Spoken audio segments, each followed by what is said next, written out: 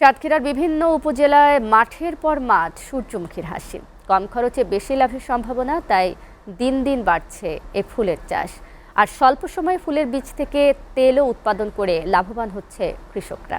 সাতক্ষীরা প্রতিনিধি শাহিন গুলদারের তথ্য ছবিতে একটি ডেস্ক রিপোর্ট। সাতক্ষীরার কৃষকের পরম যত্নে বেড়ে উঠেছে সূর্যমুখী গাছ।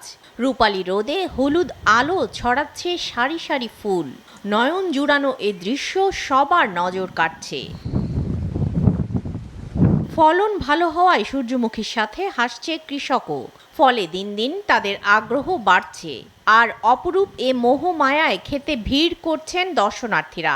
সূর্যমুখী চাষ করার জন্য সাধারণ কৃষকরা ঝুঁকি পড়েছে। সূর্যমুখী তেলে রোগ প্রতিরোধ বাড়ায় এবং এটা পুষ্টিকর খাদ্য হিসেবে আমরা সূর্যমুখী লাগাচ্ছি। এখানে অনেক সুন্দর পরিবেশ, ন্যাচারাল পরিবেশ। পরিবারকে নিয়ে আসলাম একটু বেড়াইতে, যাতে একটু মন ফ্রেশ হয়।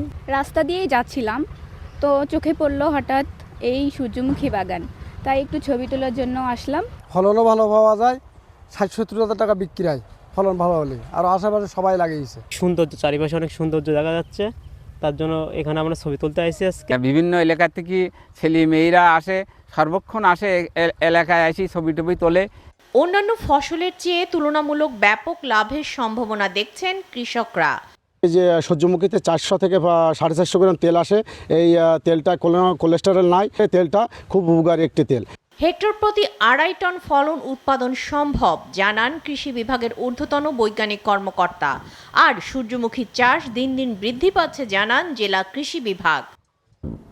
কেয়ার বাংলাদেশ এবং অন্যান্য যে ইয়াগুলো আছে তাদের সাথে কিন্তু আমরা কোলাবোরেশন করে এখানে কিছু মেশিন আনার আমরা ইতিমধ্যে উদ্যোগ গ্রহণ করেছি। আশা করি যে এই এলাকার কৃষকরা খুব সহজেই এই সূর্যমুখী বীজ থেকে তারা তেল উৎপাদন করতে পারবে। তো ভালো মানে যদি ভালোভাবে চাষ করা হয় তাহলে সূর্যমুখী থেকে আমরা মোটামুটি বাংলাদেশ সরকারকে যে তেলের যে চাহিদা, সেই চাহিদার একটা অনেকাংশে আমরা এখানে কন্ট্রিবিউট করতে পারবো। এই ফসলটি আগামীতে সাতক্ষীরাতে আশা করছি যে উল্লেখযোগ্য স্থান দখল করবে তেল ফসল হিসাবে। এবং ভোজ্য তেল হিসাবে সরিষার চাইতেও উত্তম হলো এই সূর্যমুখীর তেল। আমাদের 2টি মেশিন আছে, যেটা সিসিএফি প্রকল্প থেকে সরবরাহ করা হয়েছে, একটি শ্যামনগর আর একটি সদরে। এই সূর্যমুখীর তেল নিষ্কাশনের জন্য এখানে ব্যবস্থা আছে। আগামীতে এই তেল নিষ্কাশন যদি বাড়ে, এর আবাদও। কৃষি বিভাগের তথ্য মতে চলতি বছর সাতক্ষীরা জেলায় 228 হেক্টর জমিতে সূর্যমুখী চাষ করা হয়েছে।